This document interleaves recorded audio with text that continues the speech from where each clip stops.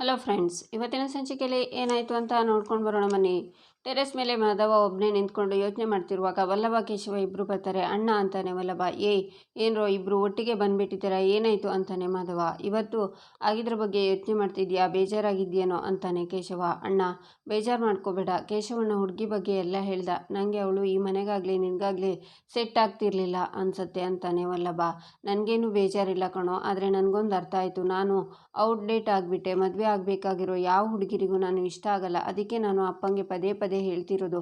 ಆದರೆ ಅಪ್ಪ ಕೇಳ್ತಾನೆ ಇಲ್ಲ. ಅಪ್ಪ ಎಷ್ಟೇ ಟ್ರೈ ಮಾಡಿದ್ರು ಯಾವ ಹುಡುಗಿರಿಗೂ ನಾನು ಇಷ್ಟ ಆಗಲ್ಲ. ನನ್ನ ಆಲೋಚನೆಗಳು ಯಾವುದೂ ಅವರಿಗೆ ಸೆಟ್ ಆಗಲ್ಲ. ಅಪ್ಪಿತಪ್ಪಿ ನಾಳೆ ಮದುವೆ ಆಗಿ ಅವಳಿಗೆ ನಾನು ಅಡ್ಜಸ್ಟ್ ಆಗ್ದಲೇ ಹೋದರೆ ಅಪ್ಪ ಕಷ್ಟಪಟ್ಟು ಮಾಡಿಸಿದ ಮದುವೆಗೆ ಏನರ್ಥ ಇರುತ್ತೆ ಹೇಳಿ. ನನಗೆ ಆ ಥರ ಎಲ್ಲ ಅಪ್ಪಂಗೆ ಕಷ್ಟ ಕೊಡೋದಕ್ಕೆ ಇಷ್ಟ ಇಲ್ಲ. ನನಗೆ ಈ ಮದುವೆನೇ ಬೇಡ. ನೀವಾದರೂ ಅಪ್ಪಂಗೆ ಅರ್ಥ ಮಾಡಿಸಿ ಅಂತಾನೆ ಮಾಧವ. ಆಗ ಅಮೂಲ್ಯ ಬಂದು, ಬಾವ ಸಾರಿ, ನಿಮ್ಮ ಮಾತನ್ನು ಕೇಳಿಸ್ಕೊಡ್ಲಿಲ್ಲ, ಆದರೂ ಕೇಳ್ತು, ಅದಕ್ಕೆ ಏನು ಹೇಳೋಣ ಅಂತ ಬಂದೆ ಅಂತಾಳೆ ಅಮೂಲ್ಯ. ನಾವಿಲ್ಲಿ ಸೀರಿಯಸ್ ಆಗಿ ಮಾತಾಡ್ತಿದ್ವಿ, ಮಧ್ಯದಲ್ಲಿ ನಿಂದೇನು, ಹೋಗೇ ಇಲ್ಲಿಂದ ಅಂತಾನೆ ವಲ್ಲಭ. ಚಿಕ್ಕು ಅವಳು ಹೇಳಮ್ಮ ಅಮೂಲ್ಯ ಅಂತಾನೆ ಮಾಧವ.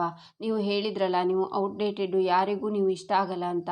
ಈ ಸ್ಟೈಲ್ ಆಗಿರೋರು ಕೂದಲನ್ನು ಸ್ಪೈಕ್ ಮಾಡಿಕೊಂಡು ಗಾಗಲ್ ಹಾಕ್ಕೊಂಡು ಕಲರ್ ಟೀ ಶರ್ಟ್ ಹರಿದೋಗಿರೋ ಪ್ಯಾಂಟ್ ಹಾಕ್ಕೊಂಡು ತಿರುಗಾಡೋ ಹುಡುಗರು ಎಲ್ಲೋ 5% ಹುಡುಗಿರಿಗೆ ಇಷ್ಟ ಆಗುತ್ತೆ ಭಾವ. ಆದರೆ ಉಳಿದಿರೋ 95% ಹುಡುಗಿರಿಗೆ ನಿಮ್ಮ ತರಹ ಇನ್ನೋಸೆಂಟ್ ಆಗಿರೋ, ಯಾರೇ ಕಷ್ಟದಲ್ಲಿದ್ದರೂ ಸಹಾಯ ಮಾಡುವಂಥವ್ರು, ಮನೆಯವರಿಗೋಸ್ಕರ ಪ್ರಾಣನ ಕೊಡೋ ಮನಸ್ಸಿರೋರು, ಕಷ್ಟಕ್ಕೆ ಸ್ಪಂದಿಸೋ ಬುದ್ಧಿ ಇರೋರೇ ಇಷ್ಟ ಆಗೋದು ಭಾವ.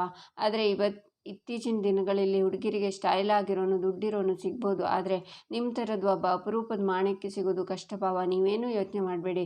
ನಿಮಗೆ ಒಳ್ಳೆ ಮನಸ್ಸನ್ನು ಇಷ್ಟಪಡೋ ಹುಡುಗಿ ಸಿಕ್ಕೇ ಸಿಗ್ತಾಳೆ. ನಂಬಿಕೆ ಕಳ್ಕೊಬೇಡಿ.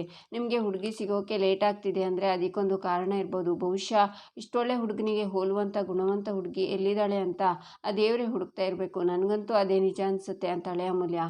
ಅಣ್ಣ, ಫಾರ್ ದ ಫಸ್ಟ್ ಟೈಮ್ ಇವಳು ಇಷ್ಟು ಕರೆಕ್ಟಾಗಿ ಮಾತಾಡ್ತಿರೋದು ನೋಡು. ನಿನಗೆ ಆವಾಗಲೇ ಇಷ್ಟೊಂದು ಒಳ್ಳೆ ಬುದ್ಧಿ ಬಂತು. ನಿಜ ಹೇಳು, ಇದು ನಿಂದೆ ಮಾತಾ ಇಲ್ಲ ಯಾವುದಾದ್ರೂ ರೀಲ್ಸ್ ನೋಡ್ಕೊಂಡು ಬಂದು ಇಲ್ಲಿ ಪುಂಕ್ತಿದೀಯಾ ಅಂತಾನೆ ವಲ್ಲಭ. ಚಿಕ್ಕು ಅಂತಾನೆ ಮಾಧವ. ಈಚೆ ಬೆಳಿಗ್ಗೆ ನಂದನ್ ಅಂಗಡಿಯಲ್ಲಿ ಕೂತ್ಕೊಂಡು ಪೇಪರ್ ಓದ್ತಾ ಇರ್ತಾರೆ. ದೊಡ್ಡಬಳ್ಳಾಪುರದಲ್ಲಿ ಮದುವೆ ಮೇಳ, ಅದ್ರ ವಿಷಯನ ಓದಿ ಅವರು ನೋಂದಣಿ ಕೊನೆ ದಿನಾಂಕ ಇವತ್ತೇ ಅಂತ. ಹನುಮಂತಣ್ಣ ಬನ್ನಿ, ಇಲ್ಲಿ ನಮ್ಮೂರಲ್ಲಿ ಮದುವೆ ಮೇಳ ನಡೀತಾ ಇದೆ. ಓದು ಬೇಕಾಗಿರೋರು ಆ ಮೇಳಕ್ಕೆ ಹೋದರೆ ಅವ್ರಿಗೆ ಬೇಕಾಗಿರೋ ಓದನ್ನ ಆಯ್ಕೆ ಮಾಡ್ಕೋಬೋದಂತೆ ಅಂತಾರೆ ನಂದನ್.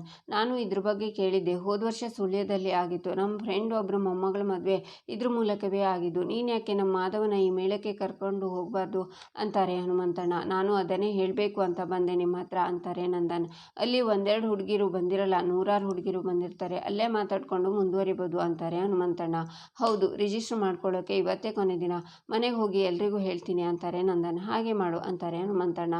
ನಂದನ್ ಮನೆಗೆ ಬರ್ತಾರೆ. ಈಚೆ ಅಮೂಲ್ಯ ರೂಮಲ್ಲಿ ತನ್ನ ಬಟ್ಟೆನ ಬಕೆಟ್ಗೆ ಹಾಕ್ತಾ, ವಲ್ಲಭ ಬೆಡ್ ಮೇಲೆ ಬಿಸಾಕಿರೋ ಬಟ್ಟೆ ನೋಡಿ. ಈ ವಲ್ಲಭಂಗೆ OCD ಇಶ್ಯೂ ಇಲ್ಲ ಅನಿಸುತ್ತೆ, ಆದರೆ ನನಗೆ OCD ಇಶ್ಯೂ ಇದೆ. ಪ್ಯಾಂಟನ್ನೆಲ್ಲ ಹೇಗೆ ಬಿಸಾಕಿದ್ದಾನೆ ಅಂತ ಅಲ್ಲಿರೋ ಪ್ಯಾಂಟನ್ನೆಲ್ಲ ಬಕೆಟ್ಗೆ ಹಾಕಿ ಬೆಡ್ಡನ್ನೆಲ್ಲ ಕ್ಲೀನ್ ಮಾಡ್ತಾಳೆ. ಆಗ ವಲ್ಲಭ ಬಂದು, ನಿನ್ನೆ ಅಷ್ಟು ಹೇಳ್ದೆ ತಾನೇ ನನ್ನ ಬಟ್ಟೆ ಮುಟ್ಬೇಡ ಅಂತ, ಏನೇ ಇದು ಅಂತಾನೆ ವಲ್ಲಭ. ಅಲ್ಲ ಕಾಡು ಪಾಪ, ಯೂಸ್ ಮಾಡಿರೋ ಬಟ್ಟೆನ ತೊಳೆಯೋಕೆ ಹಾಕೋ ಬದಲು ಈ ಥರ ರೂಮಲ್ಲೆಲ್ಲ ಬಿಸಾಕಿದ್ಯಲ್ಲ, ಅದಕ್ಕೆ ಬಾತ್ರೂಮಿಗೆ ತಗೊಂಡು ಹೋಗ್ತಿದ್ದೆ ಅಂತಾಳೆ ಅಮೂಲ್ಯ. ಇದು ನನ್ನ ರೂಮು, ನನ್ನ ಇಷ್ಟ, ಎಲ್ಲಿ ಬೇಕಿದ್ರೂ ಬಿಸಾಕ್ತೀನಿ ಅಂತಾನೆ ವಲ್ಲಭ. ಇದು ರೂಮಲ್ಲ, ಕಸದ ತೊಟ್ಟಿ. ಈ ಥರ ಗಲೀಜಲ್ಲಿ ಹೇಗೆ ಬದುಕುತ್ತೀಯಾ ಅಂತಾಳೆ ಅಮೂಲ್ಯ. ನನಗೆ ಹೀಗಿರೋದೇ ಇಷ್ಟ, ಇರ್ತೀನಿ, ನನ್ನ ತಿದ್ದೋಕೆ ಬರಬೇಡ, ನನ್ನ ಪಾಡಿಗೆ ನನ್ನ ಬಿಟ್ಬಿಡು ಅಂತಾನೆ ವಲ್ಲಭ. ಹೌದಾ ಸರಿ ಅಂತ ಬಕೆಟಲ್ಲಿರೋ ಬಟ್ಟೆನ ವಾಪಸ್ ಬೆಡ್ ಮೇಲೆ ಬಿಸಾಕಿ ಈ ತರಹ ಗಬ್ಬಾಗಿ ಇದ್ದು ಸಾಯಿ ಹೋ ಅಂತ ಹೋಗ್ತಾಳೆ ಅಮೂಲ್ಯ. ಈಚೆ ನಂದನ್ ಅಂಗಡಿಯಿಂದ ಬಂದು, ಗಿರಿಜಾ ಬೇಗ ಬಾ ಅಂತ ಕರೀತಾರೆ. ಆಗ ಮನೆಯವರೆಲ್ಲರೂ ಬರ್ತಾರೆ. ಆಗ ನಂದನ್ ಮದುವೆ ಮೇಳದ ಬಗ್ಗೆ ಹೇಳಿ, ಈ ಪೇಪರನ್ನು ನೋಡು ಮೀನಾ, ರಿಜಿಸ್ಟರ್ ಮಾಡೋಕ್ಕೆ ನಂಬರ್ಗೆ ಕಾಲ್ ಮಾಡಿ ಅಂತ ಇದೆ, ಅದೇನು ನೋಡು ಅಂತಾರೆ ನಂದನ್. ನಂತರ ಮೀನಾ ನಂಬರ್ ತಗೊಂಡು, ಮಾವ 599 ಪೇ ಮಾಡಿದ್ದೀನಿ, ಈಗ ರಿಜಿಸ್ಟರ್ ಆಗಿದೆ, ನಾಳೆ ಬಾವನ್ ಕರ್ಕೊಂಡು ಹೋಗ್ಬೋದು ಅಂತಾಳೆ. ಹೌದಾ ಅಂತ ಮಾಧವನ ನೋಡಿ, ಯಾಕೋ ಮಾಧವ ಸಪ್ಪಗಿದ್ಯಲ್ಲೋ ಅಂತಾರೆ ನಂದನ್. ಎಷ್ಟೋ ಸಲ ಹೇಳಿದ್ದೀನಿ ಅಪ್ಪ, ನನಗೆ ಈ ಮದುವೆ ಬೇಡ ಅಂತ ಮಾಧವ ಹೇಳುವಾಗ, ಕತ್ತೆ ಬಡವ, ಇನ್ನೊಂದು ಸಲ ಮದುವೆ ಬೇಡ ಅಂದರೆ ಸಿಗ್ದು ಹಾಕ್ಬಿಡ್ತೀನಿ ನೋಡು.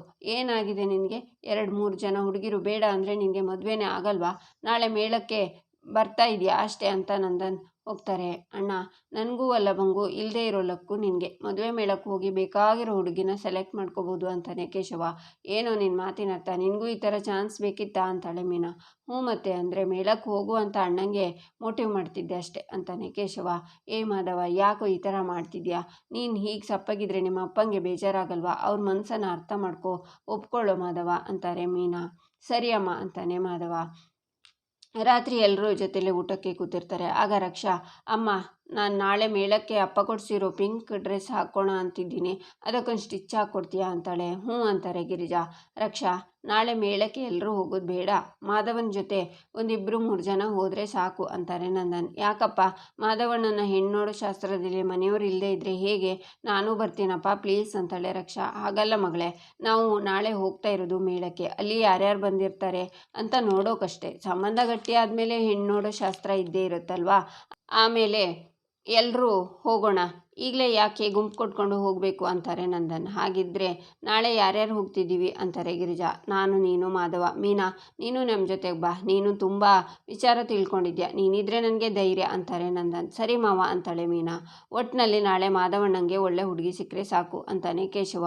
ಈಚೆ ರೂಮಲ್ಲಿ ವಲ್ಲಭ ಮಲಗಿರ್ತಾನೆ. ಅಮೂಲ್ಯ ಕೆಳಗೆ ಮಲ್ಕೊಂಡು ಚಳಿಯಿಂದ ನಡುಗ್ತಿರ್ತಾಳೆ. ವಲ್ಲಭ ಎದ್ದು ಲೈಟ್ ಹಾಕಿ ನೋಡಿ, ಕೆಳಗೆ ಮಲಗಿದಾಳಲ್ಲ, ಚಳಿ ಆಗುತ್ತೆ ಅನಿಸುತ್ತೆ, ಅವಳಿಗೆ ಮಂಚ ಬಿಟ್ಕೊಡೋಣ, ಏಯ್ ಕರಿಬೇಕು ಅಂತ ಅವಳ ಹತ್ರ ಹೋಗಿ ಏಯ್ ಅಂತಾನೆ ವಲ್ಲಭ. ಆಗ ಅಮೂಲ್ಯ ಎಚ್ಚರಾಗಿ ಅವನ ಹತ್ರ ಏನೋ ಮಾಡ್ತಿದ್ಯಾ ಇಲ್ಲ ಅಂತ ಅವನ್ನ ತಳ್ತಾಳೆ. ಅಪ್ಪ ಅಂತ ನೋವಿಂದ ವಲ್ಲಭ. ಯಾಕೆ ತಳ್ದೆ ಗೂಬೆ ಅಂತಾನೆ. ನೀನು ಯಾಕೆ ನನ್ನ ಹತ್ರ ಬಂದೆ, ಏನು ಮಾಡ್ತಿದ್ದೆ, ನಿನ್ನ ತಲೆಯಲ್ಲಿ ಏನು ಓಡ್ತಿದ್ದೆ ಅಂತಾಳೆ ಅಮೂಲ್ಯ.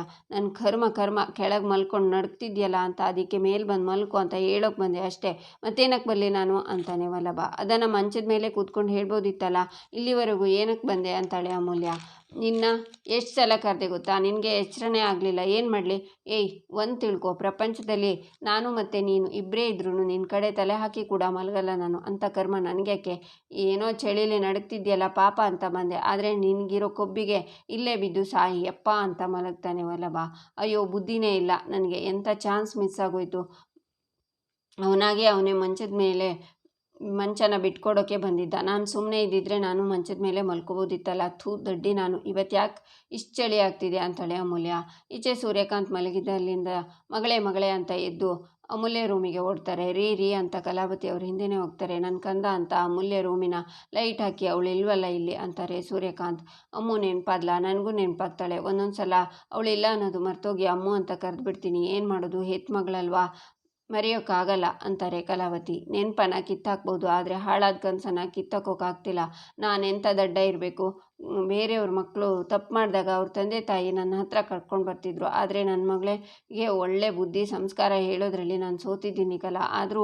ಆದರೂ ಕಲಾ, ನನ್ನ ಮಗಳು ಎಂಥ ಒಳ್ಳೆ ನಟಿ ಅಲ್ಲ. ಅಪ್ಪ ಅಮ್ಮನೇ ನನ್ನ ಪ್ರಪಂಚ, ನಾನು ಇವರನ್ನು ಬಿಟ್ಟು ಎಲ್ಲೂ ಹೋಗೋದಿಲ್ಲ ಅಂತ ಹೇಳಿದಾಗೆಲ್ಲ ನಾವೆಷ್ಟು ಅದೃಷ್ಟವಂತರು ಅಂತ ಹೆಮ್ಮೆ ಪಡ್ತಿದ್ವಿ. ಅವಳು ಮದುವೆ ಮಾಡಬೇಕಾದ್ರೆ ಅವಳು ಸಪ್ಪಗಿರೋದನ್ನು ನೋಡಿ ಅವಳಿಗೆ ನಮ್ಮಿಬ್ಬರನ್ನ ಬಿಟ್ಟು ಹೋಗೋಕ್ಕೆ ಮನಸ್ಸಿಲ್ಲ, ಅದಕ್ಕೆ ಆಗಿದ್ದಾಳೆ. ಮದುವೆ ಮನೆಗೆ ಹೋದ್ಮೇಲೆ, ಗಂಡನ ಪ್ರೀತಿ ಸಿಕ್ಕಿದ ಮೇಲೆ ಕ್ರಮೇಣ ನಮ್ಮನ್ನು ಮರೆತು ಸುಖವಾಗಿ ಬಾಳ್ತಾಳೆ ಅಂದ್ಕೊಂಡ್ವಿ, ಆದರೆ ಅವಳು ನಮ್ಮನ್ನು ಯಾವತ್ತೂ ಮರೆಯೋಕ್ಕೆ ಸಿದ್ಧವಾಗಿದ್ಲು ಅವಳು ಅಂತಾರೆ ಸೂರ್ಯಕಾಂತ್. ಯಾಕ್ರಿ ಅದನ್ನೆಲ್ಲ ನೆನೆಸ್ಕೊಂಡು ಕೊರಗ್ತೀರಾ, ಬಿಡಿ, ಬನ್ನಿ ಮಲ್ಕೊಳ್ಳಿ ಬನ್ನಿ ಅಂತಾರೆ ಕಲಾವತಿ. ಇಲ್ಲ ಕಲಾ, ಯಾಕೋ ಗೊತ್ತಿಲ್ಲ, ಅಮೂಲ್ಯ ಏನೋ ಸಂಕಟ ಪಡ್ತಿದ್ದಾಳೆ ಅಂತ ನನಗೊಂದು ಕನಸು ಬಿತ್ತು, ಅದಕ್ಕೆ ಒಂದು ಕ್ಷಣ ಆತಂಕ ಆಯಿತು. ಆದರೆ ಅವಳು ಎಲ್ಲಿ ಸಂಕಟ ಪಡ್ತಿರ್ತಾಳೆ, ನಮ್ಮ ಶತ್ರು ಕುಟುಂಬದವ್ರ ಜೊತೆ ಆರಾಮಾಗೇ ಇರ್ತಾಳೆ ಅಂತಾರೆ ಸೂರ್ಯಕಾಂತ್. ಹೋಗಲಿ ಬಿಡಿ, ಅವಳೆಲ್ಲೋ ಒಂದು ಕಡೆ ಸಂತೋಷವಾಗಿದ್ದಾಳೆ ಅಂತ ನಿಮಗೆ ಅನಿಸ್ತಿದ್ದಿಲ್ಲ, ಅದೇ ನಮಗೆ ಸಿಕ್ಕಿರೋ ಭಾಗ್ಯ ಅಂದ್ಕೊಂಡು ನಮ್ಮ ಜೀವನ ನಾವು ನೋಡ್ಕೊಳ್ಳೋಣ. ಈ ವಿಷಯದ ಕೆಣಕದ ಹಾಗೆ ನಿಮ್ಮ ಮನಸ್ಸಿನ ಗಾಯ ಜಾಸ್ತಿ ಆಗುತ್ತೆ ಹೊರತು ವಾಸಿಯಾಗಲ್ಲ ಅಂತಾರೆ ಕಲಾವತಿ. ಅಮ್ಮು ಮಾಡಿರೋ ಗಾಯ ಯಾರಿಂದನೂ ವಾಸಿಯಾಗುವಂಥದ್ದಲ್ಲ, ಎಲ್ಲದಕ್ಕೂ ಕಾರಣ ಆ ನಂದ, ನಮ್ಮ ಮನೆ ನಂದಾದೀಪನ ಎತ್ಕೊಂಡು ಹೋಗಿ ನಮ್ಮ ಜೀವನನೇ ಕತ್ಲು ಮಾಡಿಬಿಟ್ಟ, ಇದಕ್ಕೆ ಅವನು ಅನುಭವಿಸ್ತಾನೆ ಅಂತಾರೆ ಸೂರ್ಯಕಾಂತ್. ಬೆಳಗಾಗುತ್ತೆ. ಈಚೆ ವಲ್ಲಭ ಎದ್ದು ಶರ್ಟ್ ಹಾಕೋತಾ, ಕುಳೆ, ಏನು ಇಷ್ಟೊತ್ತಾದರೂ ಮಲಗಿದ್ಯಾ, ಕಾಲೇಜ್ ಇರೋದನ್ನು ಮರ್ತುಬಿಟ್ಟಿದ್ಯಾ ಹೇಗೆ? ನಾನು ತಿಂಡಿ ರೆಡಿ ಆಗೋಷ್ಟರಲ್ಲಿ ನೀನು ಫ್ರೆಶ್ ಅಪ್ ಆಗಿ ಕಾಲೇಜಿಗೆ ರೆಡಿಯಾಗಿದ್ದರೆ ಸರಿ, ಇಲ್ಲ ಅಂದರೆ ಬಿಟ್ಟು ಹೋಗ್ಬಿಡ್ತೀನಿ ಅಷ್ಟೇ ಅಂತ ಹೇಳ್ತಾ ಅಮೂಲ್ಯ ಮಾತಾಡದೇ ಇರೋದನ್ನು ನೋಡಿ ಅವಳ ಹತ್ರ ಹೋಗಿ ಕುಳಿ ಅಂತ ಕರಿತಾ ಏನಾಯ್ತು ಇವಳಿಗೆ ಅಂತ ಅವಳ ಹಣೆನ ಮುಟ್ಟಿ ಅಯ್ಯೋಯ್ಯೋ ಏನು ಇಷ್ಟು ಬಿಸಿ ಇದೆ ಅದಕ್ಕೆ ಅನಿಸುತ್ತೆ ರಾತ್ರಿ ನಡುಕ್ತಾ ಇದ್ದಿದ್ದು ಜ್ವರ ಇಷ್ಟೊಂದು ಇದೆಯಲ್ಲ ಮೊದಲು ಅತ್ತಿಗೆಗೆ ಹೇಳಬೇಕು ಅಂತ ಮೀನಾ ಹತ್ರ ಬಂದು ಅತ್ತಿಗೆ ಕರಿಬೇಕಿಗೆ ಸ್ವಲ್ಪ ಜ್ವರ ಬಂದಿದೆ ಹೋಗಿ ನೋಡಿ ಅತ್ತಿಗೆ ಅಂತಾನೆ ವಲ್ಲಭ ಅಮೂಲ್ಯಂಗೆ ಜ್ವರ ಬಂತ ಅಂತ ಗಿರಿಜಾ ಹೋಗುವಾಗ ಅತ್ತೆ ಎಲ್ಲಿಗೆ ಹೋಗ್ತಿದ್ದೀರಾ ಆಗಲೇ ಮಾವ ನಿಮ್ಮನ್ನು ಕರೆದ್ರು ಲೇಟ್ ಆದರೆ ಮಾವಂಗೆ ಸಿಟ್ಟು ಬರುತ್ತೆ ಅಂತಾಳೆ ಮೀನಾ ಹೌದಲ್ವಾ ನಾನು ಮರ್ತೋದೆ ಹೋಗ್ತೀನಿ ಅಂತ ಗಿರಿಜಾ ಹೋಗ್ತಾರೆ ಅತ್ತಿಗೆ ನೀವು ಹೋಗಿ ಕುಳ್ಳಿನ ನೋಡ್ಕೋತೀರಾ ನನಗೆ ಕಾಲೇಜಿಗೆ ಗೊತ್ತಾಗ್ತಿದೆ ಅಂತಾನೆ ವಲ್ಲಭ ಏನು ವಲ್ಲಭ ನೀನು ಇವತ್ತು ಮದುವೆ ಮೇಳ ನಾನು ಅತ್ತೆ ಮಾವ ಭಾವನ ಜೊತೆ ಮೇಳಕ್ಕೆ ಹೋಗ್ತಿದ್ದೀನಿ ಮಾವ ನಾನು ಬರಲೇಬೇಕು ಅಂತ ಹೇಳಿದ್ದಾರೆ ನಾನು ಬೇರೆ ಇನ್ನೂ ರೆಡಿಯಾಗಿಲ್ಲ ನನಗೆ ಇನ್ನೂ ಎಷ್ಟು ಕೆಲಸ ಇದೆ ಗೊತ್ತಾ ನನ್ನ ಕೈಲಾಗಲ್ಲಪ್ಪ ಅಂತಾಳೆ ಮೀನಾ ಏನತ್ತಿಗೆ ಹೀಗೆ ಹೇಳ್ತಿದ್ದೀರಾ ಅವಳ ಮೈ ಸುಟ್ಟೋಗ್ತಿದೆ ಯಾರಾದರೂ ನೋಡಬೇಕಲ್ವಾ ಅಂತಾನೆ ವಲ್ಲಭ ಹೌದು ನೋಡಬೇಕು ನನಗಾಗಲ್ವಲ್ಲ ವಲ್ಲಭ ನೀನಿದೆಯಲ್ಲ ನೀನು ನೋಡ್ಕೊ ಅಂತಾಳೆ ಮೀನಾ ನನಗೆ ಜ್ವರ ಬಂದ್ರೇ ನನಗೆ ಏನು ಮಾಡಬೇಕೋ ಗೊತ್ತಾಗಲ್ಲ ಇನ್ನು ಅವಳ ಹತ್ರ ಏನು ನೋಡಲಿ ಅಂತಾನೆ ವಲ್ಲಭ ತಣ್ಣೀರು ಬಟ್ಟೆನೇ ಹಾಕಿದ್ರೆ ಆಯಿತು ಒಂದು ಕರ್ಚಿಪನ್ನು ನೀರಲ್ಲಿ ಹಿಂಡಿ ಅಮ್ಮು ಹಣೆ ಮೇಲೆ ಹಾಕಿದ್ರೆ ಆಯಿತು ಹೋಗು ತಣ್ಣೀರು ಬಟ್ಟೆ ಹಾಕಿ ಆರೈಕೆ ಮಾಡಿ ಹೋಗು ಅಂತಾಳೆ ಮೀನಾ ನನ್ನ ಕೈಲ ಚಾನ್ಸೇ ಇಲ್ಲ ಅಂತಾನೆ ವಲ್ಲಭ ನನಗೆ ಲೇಟ್ ಆಯ್ತು ವಲ್ಲಭ ನಾನು ಹೋಗ್ತೀನಿ ಅಂತ ಮೀನಾ ಹೋಗ್ತಾಳೆ ಆಗ ವಲ್ಲಭ ಏನು ಮಾಡೋದು ಅಂತ ಅಮೂಲ್ಯನ ಡಾಕ್ಟ್ರ್ ಹತ್ರ ಕರ್ಕೊಂಡು ಹೋಗ್ತಾನೆ ಈಚೆ ಮೀನಾ ನಂದನ್ ಗಿರಿಜಾ ಮಾಧವ ಎಲ್ಲರೂ ಮದುವೆ ಮೇಳಕ್ಕೆ ಬರ್ತಾರೆ ಮಾವ ನಮಗೆ ಮದುವೆ ಮೇಳದಲ್ಲಿ ಒಂದು ಸಂಬಂಧ ಅಲ್ಲ ಸಾಕಷ್ಟು ಸಂಬಂಧ ನೋಡ್ಬೋದು ಅಂತಾಳೆ ಮೀನಾ ದೇವ್ರ ದಯೆಯಿಂದ ಇಂಥ ಸೊಸೆನೇ ನನಗೆ ಸಿಕ್ಬಿಟ್ರೆ ಸಾಕಪ್ಪ ಅಂತಾರೆ ನಂದನ್ ಆಗ ಮಾಧವನ ಮದುವೆ ಆಗೋ ಹುಡುಗಿ ಕಡೆಯವರ ಎಂಟ್ರಿ ಆಗುತ್ತೆ ಇಲ್ಲಿಗೆ ಈ ಸಂಚಿಕೆ ಮುಕ್ತಾಯವಾಗುತ್ತೆ ಮುಂದಿನ ಸಂಚಿಕೆಗಾಗಿ ನಮ್ಮ ಚಾನಲನ್ನು ನೋಡಿ ಸಬ್ಸ್ಕ್ರೈಬ್ ಮಾಡಿ ಲೈಕ್ ಮಾಡಿ ಸಪೋರ್ಟ್ ಮಾಡೋದನ್ನು ಮರಿಬೇಡಿ.